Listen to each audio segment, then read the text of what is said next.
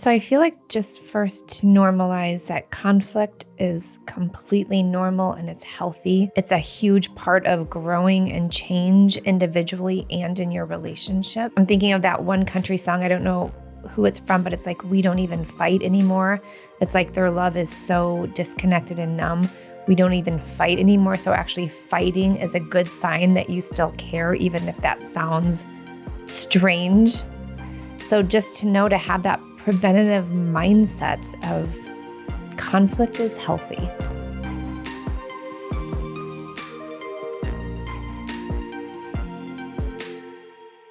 Hello, all, and welcome to the Relationship Renovation Podcast. I'm Tarah Kerwin. And my name is EJ Kerwin. And, we just always want to once in a while introduce ourselves again. Tarah and I are therapists. We've both been therapists for a number of years. It's amazing to think Tarah's been a therapist for over 20 years. I have. Specializing in marriage and family therapy. We are a married couple.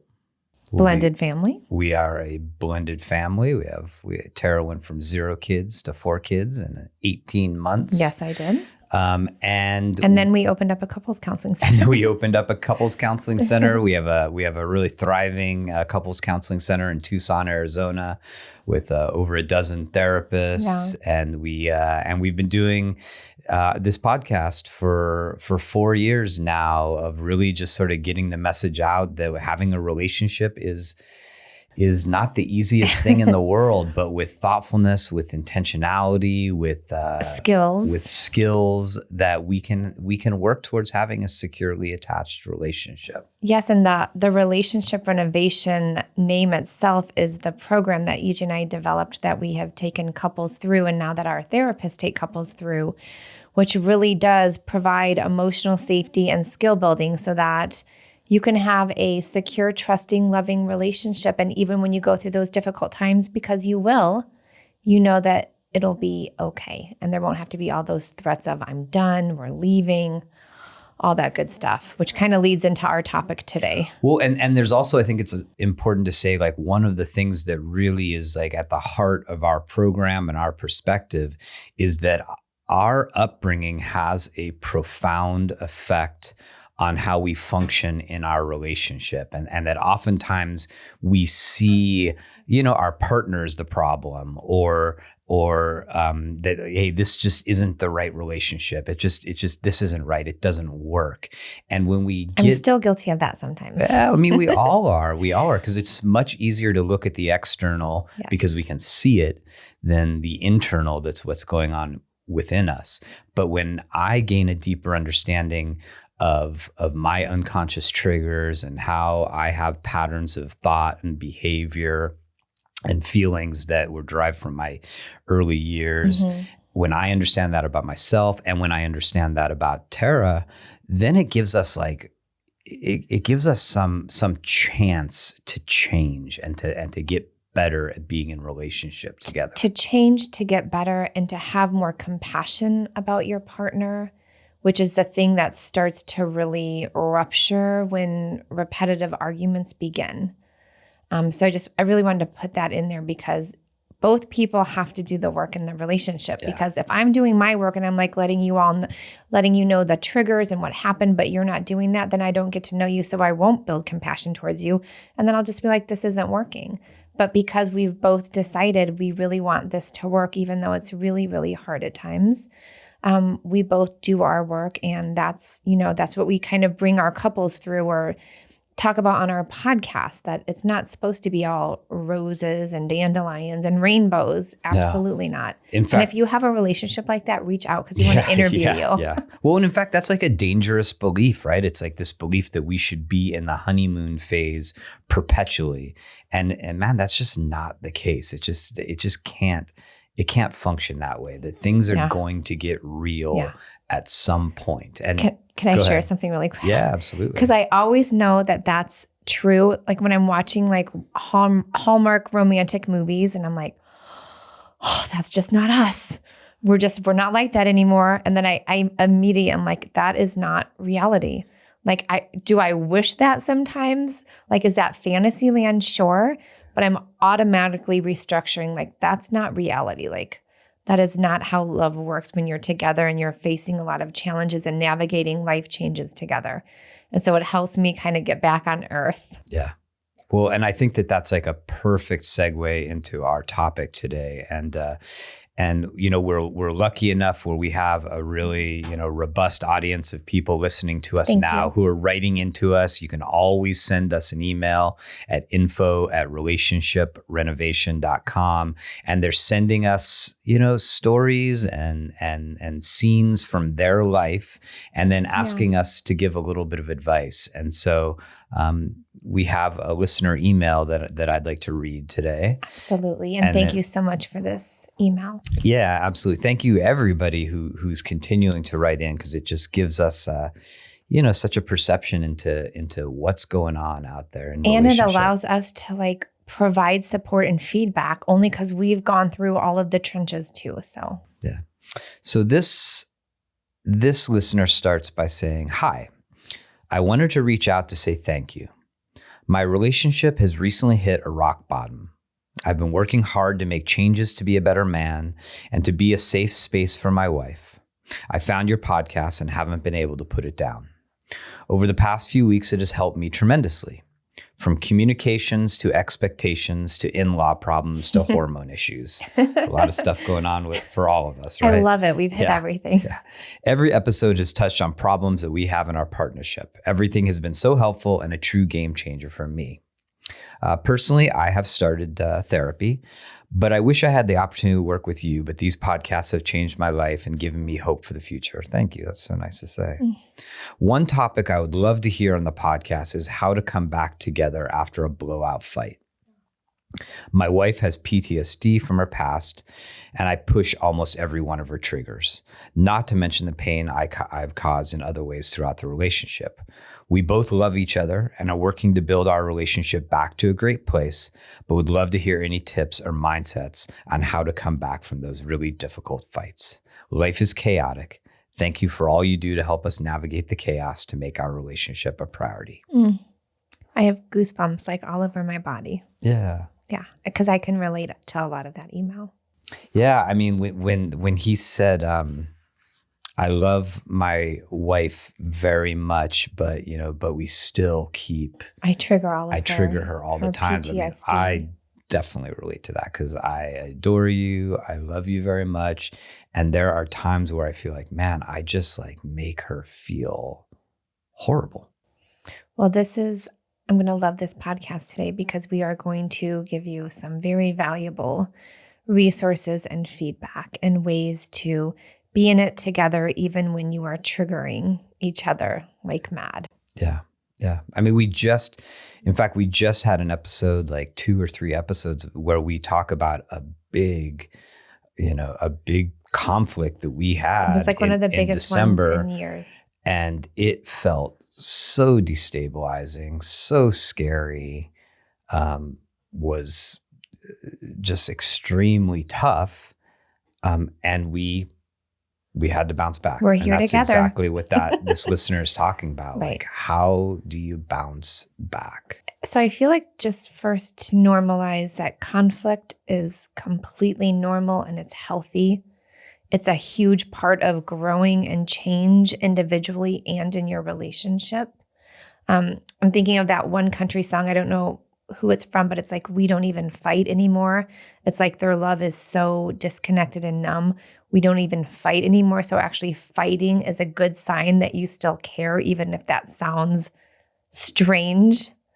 So just to know to have that preventative mindset of conflict is healthy. Yeah, I think it's important. We always have to, we have a lot of knowledge as being therapists over the years, and we've seen a broad range, right, of what conflict looks like. And so it's also important at the very beginning of this to sort of define conflict is healthy, but there are limits to that. Right. When you feel when there is a lack of physical safety, when there is domestic violence, I mean, that is when it's not a relationship issue, right. It's a domestic violence issue. And you have we to have have a to safety really plan. implore people to get support in making sure that you are physically safe in your relationship. So throughout this episode, I just appreciate for everybody to know that when we talk about conflict being safe, we're talking about like,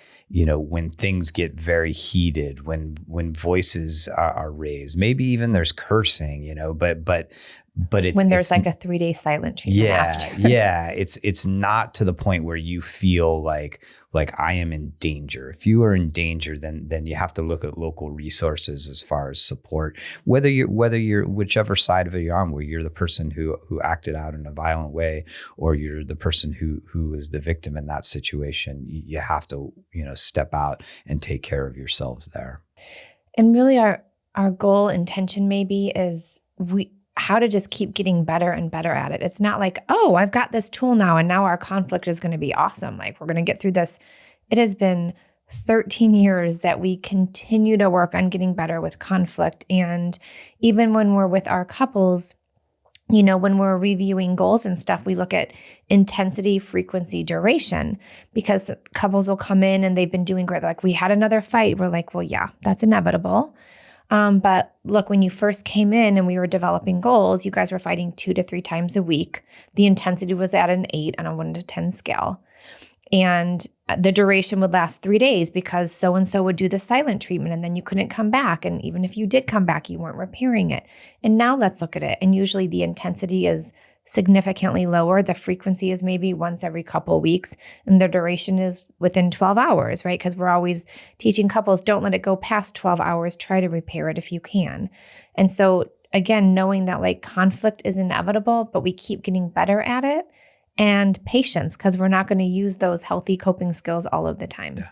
So I think that, you know, I really want to name that and really, really get very specific about that. And what Tarah's talking about there is making an agreement together. And this is a preventative way ahead of time of how to help you recover from a conflict, is having a conversation in a non-activated time where you and your partner— Non-activated. Yeah, non-activated, meaning your central nervous system is not, your heart's not pumping, you're not breathing rapidly, there's no piece of content that's you're disagreeing at, is saying, hey, can we together agree that conflict is normal? You know, that we are going to have conflict. And especially if you look at our past, and in our listeners' email, this is a couple who can say like, look, we have triggers. Mm-hmm. We have conflict. Can we say that we will probably have conflict again? And can we shift our mindset a little bit to the idea that we're going to look at conflict as a way to get better at conflict if it is inevitable? Because conflict is really hard. And when we're in that place of conflict, I know I start to feel powerless. A lot of our biology says avoid it. That's dangerous. And so this is why so many couples struggle and individuals struggle with conflict, because it just feels powerless and hopeless and you don't know what to do. And then it's activating all of our triggers from like the minute we were born into this world. It's activating our nervous system, which is in flight, fight, freeze now. So it's really hard because we're almost going against the grain of biology to handle conflict in a healthy way. Well, because no matter what side of the conflict you're on, it is a literally physically uncomfortable experience. You know, it's important to just recognize the fact that in those moments, your central nervous system is just jacked up. Like your heart is pumping and you're not breathing as much as you should. So there's less oxygen in your system and your muscles are tensed up. And so it's important to recognize like it is just literally physically uncomfortable, right? And no matter what. And now your partner's a perceived threat because your body's reacting that way. Yeah, or the flip, because I'm thinking of in the dynamic that it sounds like maybe we might relate that to this listener is he's saying like, hey, I tend to trigger my partner, right? And I certainly I trigger you relatively frequently, right? And so it's getting better. Yeah. So although I might not be the person who's triggered, right? I might not be as activated as you. Like, it's a horrible feeling, one, for me to be like, oh, I did it again. Like, it's like such like a heart-wrenching experience to be like, gosh, she's looking at me like I'm the enemy. Monster. Yeah. Like I'm a monster. Like I'm a bad person. I'm untrustable. It's difficult just to be there, but then it's also like extremely powerless feeling, because I know once you're triggered, I'm like, I have a limited capability to support you in stabilizing.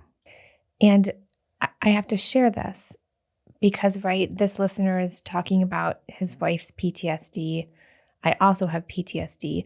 If I wasn't doing my own work, I don't know if we could have ever gotten through this, because you would have always been perceived as a threat. But now I know monster, that comes from my past, that comes from bad people that abused me. But I didn't know, my body didn't know. My body just was responding in this flight, fight, freeze that I did as a little girl. And so I didn't have that frontal lobe to say, actually, EJ's safe. He's not a monster. He's not a bad person. But if I didn't do all of my work around that, I would have fled.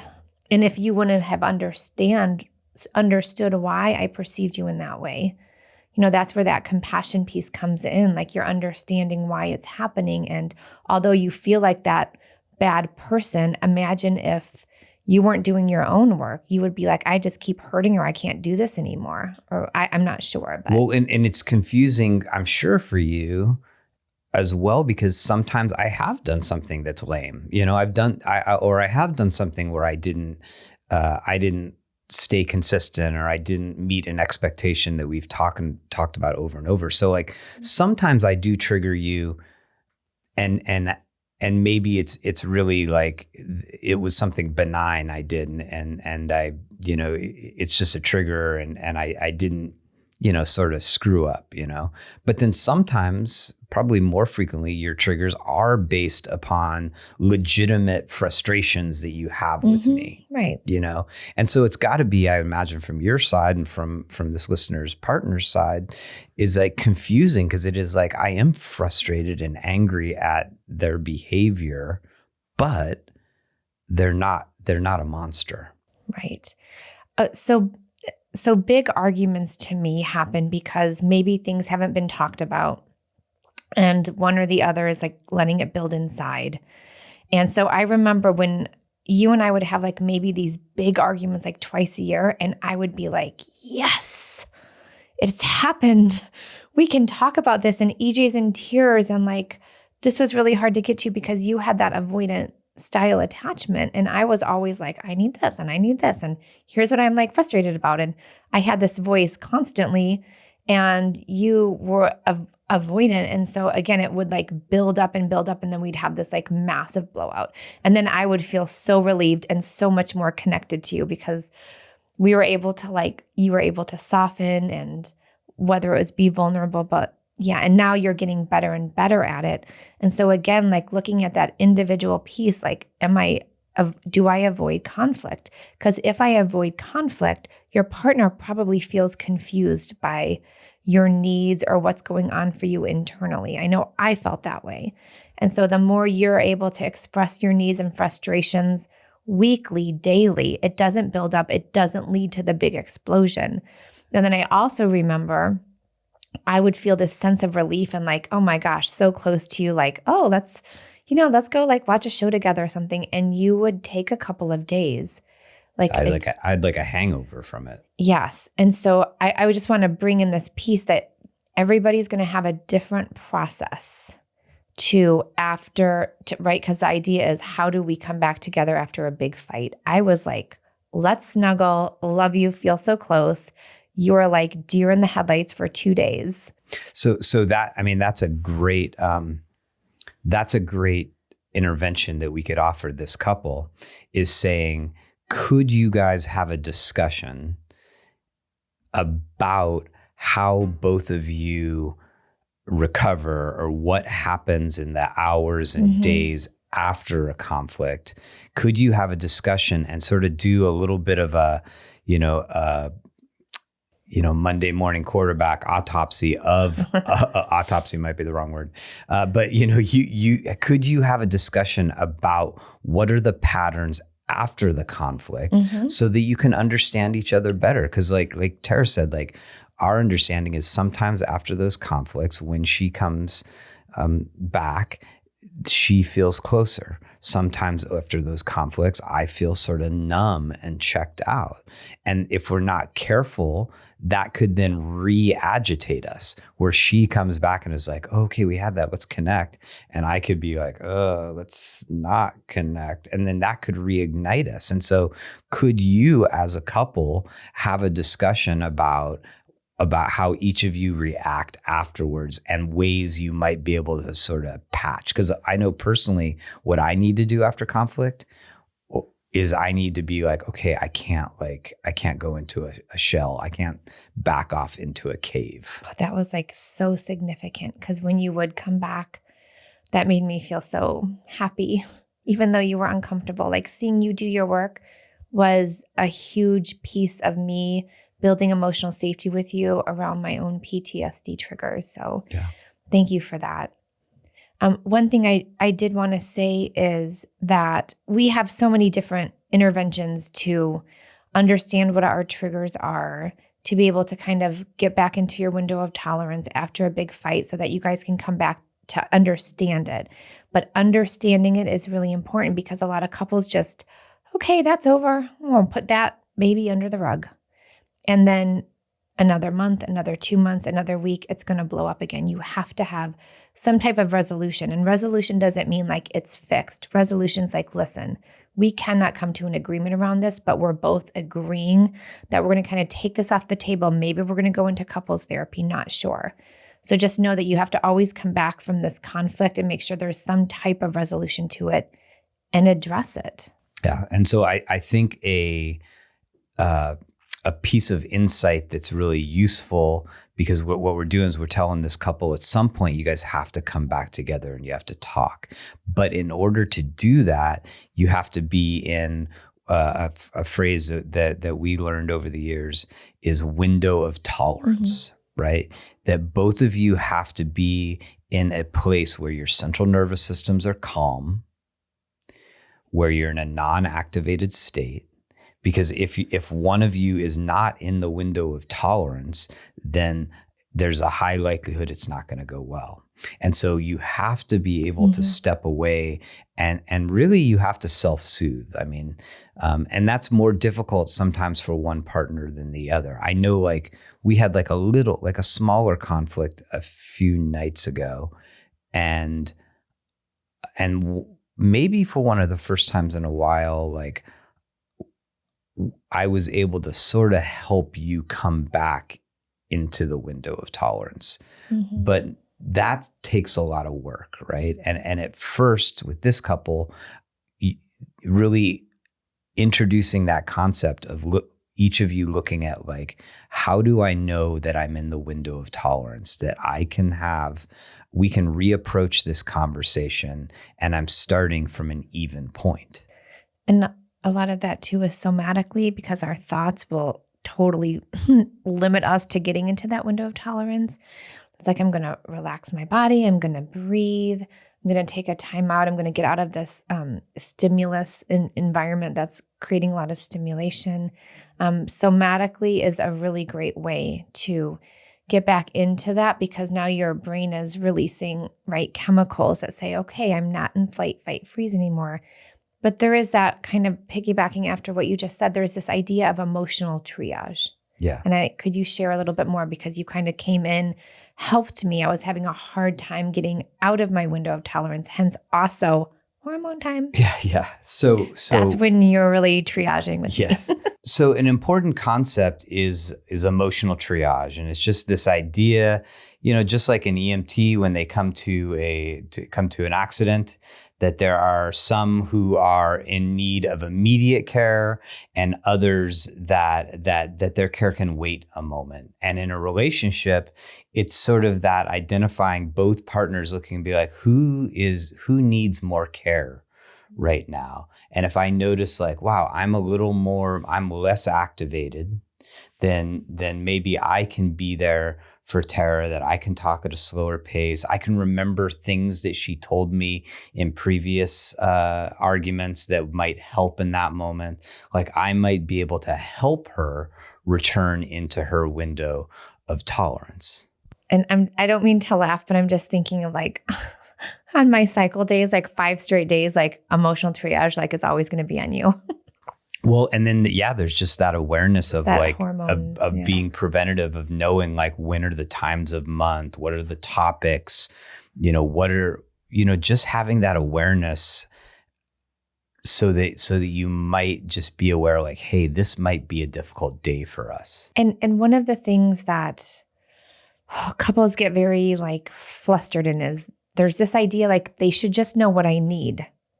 And that is not the case ever. And so you keep getting better and at telling each other, hey, when this happens, this is what would feel really good. Or you've had your conflict, you acted a certain way, I acted a certain way. And I say, hey, as I'm reflecting back, I feel like would have been more helpful to me.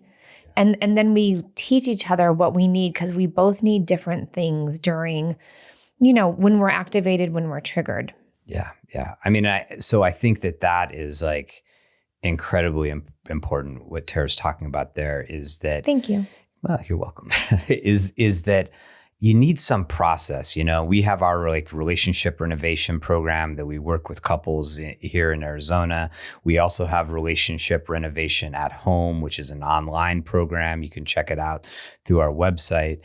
But you have to have a way to more deeply understand what's happening. And like, we have an exercise right in the middle of the program called the relational cognitive restructuring. Mm-hmm. And it's a way for after the fact for each individual to look back and be like, what was the trigger? Mm-hmm. What were the thoughts? What were the feelings? What were my behaviors?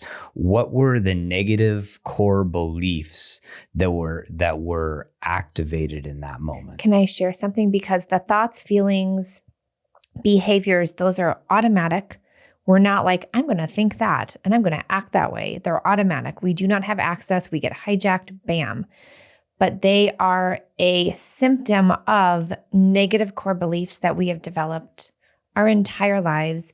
And when you really start doing this work, you will recognize that you can probably identify 1 to 3 that are really, those are the guys. Like those are the ones that are pretty much consistent. And when you start to identify those, you're going into the basement. You're like, I'm going to go down there and I'm going to see what that is. And it makes sense. And then you understand, oh, I know what's being triggered now.